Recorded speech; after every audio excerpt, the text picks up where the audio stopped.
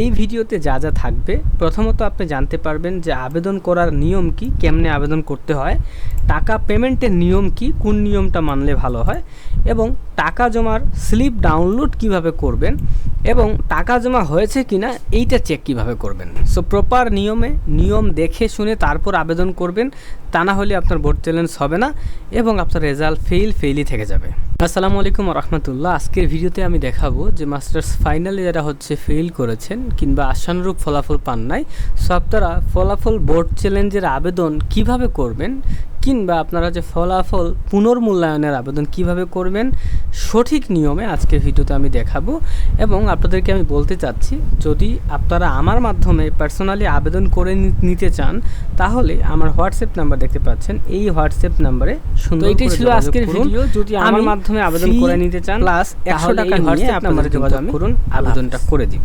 ওকে, তো সর্বপ্রথম আমরা দেখব যে আবেদন কিভাবে করতে হয় এবং টাকা কিভাবে জমা দিতে হয়। এই দুইটা জিনিস এখন আমরা দেখব। তো বোর্ড চ্যালেঞ্জ করার জন্য গুগলে আসতে হবে, আসার পর সুন্দর করে এইখানে লিখতে হবে ন্যাশনাল ইউনিভার্সিটি। আমরা ভিডিওটা সহজ করে আপনাদেরকে দেখানোর চেষ্টা করছি। সার্চ করলেন, করার পর প্রথম ওয়েবসাইটে যাব না, আমরা 2 নম্বর ওয়েবসাইট দেখতে পাচ্ছেন www.nu.ac.bd। এইখানে জাস্ট একটা ক্লিক করে দিব। দেওয়ার পর দেখতে পাচ্ছেন এমন আসলো। এখান থেকে জাস্ট ওই দিকে সার্ভিসেসে যাবেন, তারপর রি-এভ্যালুয়েশন মানে পুনর্মূল্যায়ন, এখানে ক্লিক করতে হবে। ক্লিক করার পর এমন ইন্টারফেস আসছে, মনে রাখবেন রি-এভ্যালুয়েশন অ্যাপ্লিকেশন এই লেখাটা যেন থাকে, ঠিক আছে? এই লেখা থাকলেই অ্যাপ্লাই করতে পারবেন, ঠিক আছে? তো এখানে এক্সাম নেম, এখানে সিম্পল ক্লিক দিয়ে just masters final answer sheet reevaluation fee, এখানে একটা ক্লিক করতে হবে।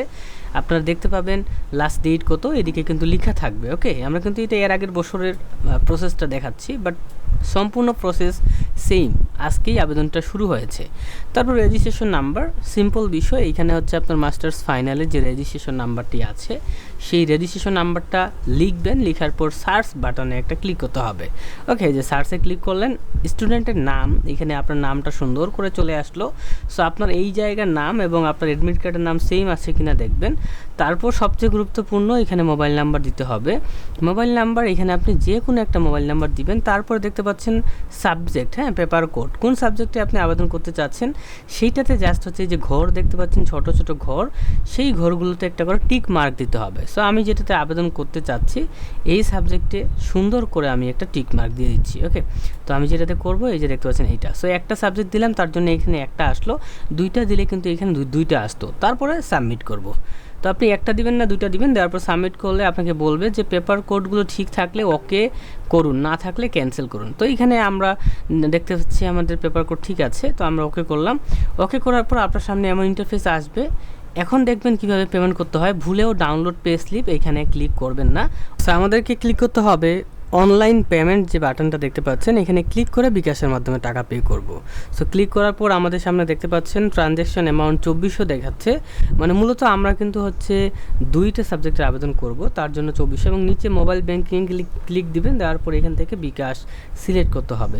সো বিকাশে টোটাল টাকা কাটতেছে 2414 টাকা 40 পয়সা। সো আপনার যেই টাকা কাটার সেটা কিন্তু এখানে দেখাবে। ওকে, তো আমরা যেহেতু দুই সাবজেক্টের আবেদন করতেছি, তার জন্যই কিন্তু 2400 টাকা দেখাচ্ছে।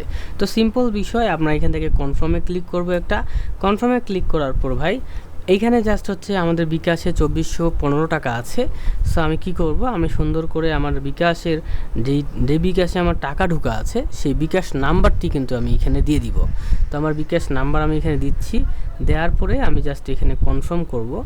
এই যে দেখতে পাচ্ছেন, কনফার্ম করলে আমার এখানে হচ্ছে মোবাইলে একটা ওটিপি কোড আসবে, সেই ওটিপি কোডটা জাস্ট এইখানে আমি বসাবো। তো দেখি আমার ফোনে অলরেডি কিন্তু একটা ওটিপি কোড চলে আসছে, সেটাকে আমি এখানে সুন্দর করে বসাচ্ছি 6 সংখ্যার। তারপরে আমরা যদি ওকে করি এখানে, ঠিক আছে? তো এখন আমাদের হচ্ছে যে ওকে করলাম, এখন পিন নাম্বার দিতে হবে।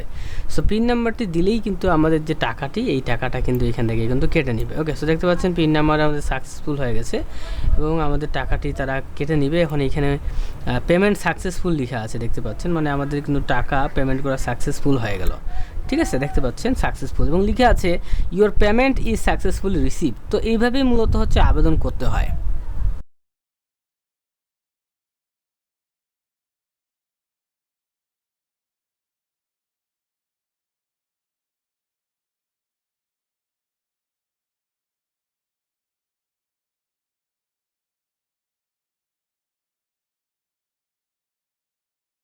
সো এখন আমরা দেখব যে আসলে আমাদের টাকাটি জমা হয়েছে কিনা, কিংবা পে স্লিপ কীভাবে ডাউনলোড করবেন। তার জন্য আমাদের এই ওয়েবসাইটে থাকা অবস্থায় আমরা সার্ভিসেসে যাব, তারপর এখান থেকে রি-এভ্যালুয়েশন এখানে ক্লিক করতে হবে।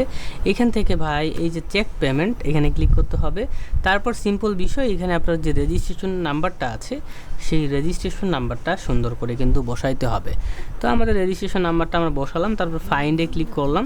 ফাইন্ডে ক্লিক করার সঙ্গে সঙ্গে ট্রান্স আইডি এখানে ক্লিক করবেন। দেখতে পাচ্ছেন উনি অনেকবার চেষ্টা করেছিল, যেমন প্রথম চেষ্টাতে উনি পেন্ডিং মানে পেমেন্ট করতে পারেনি দেখতে পাচ্ছেন, এবং 2 নম্বর চেষ্টাতেও কিন্তু উনি সফল হয়নি, 3 নম্বর চেষ্টাও করতে পারেনি। তো এখন আমি ওনার কাজটা কিন্তু এখানে করে দিলাম, যার কারণে এখানে কিন্তু দেখতে পাচ্ছেন পেইড দেখাচ্ছে। তো এই জায়গাটার স্ক্রিনশট মেরে নিজের কাছে রাখে দিবেন, এটাই আপনার টাকা জমা রসিদ। এবং এইভাবেই চেক করতে হয় যে আপনার কত টাকা জমা হয়েছে। নিচে দেখতে পাচ্ছেন 2400 টাকা জমা হয়েছে, 2400 কিন্তু লেখা আছে।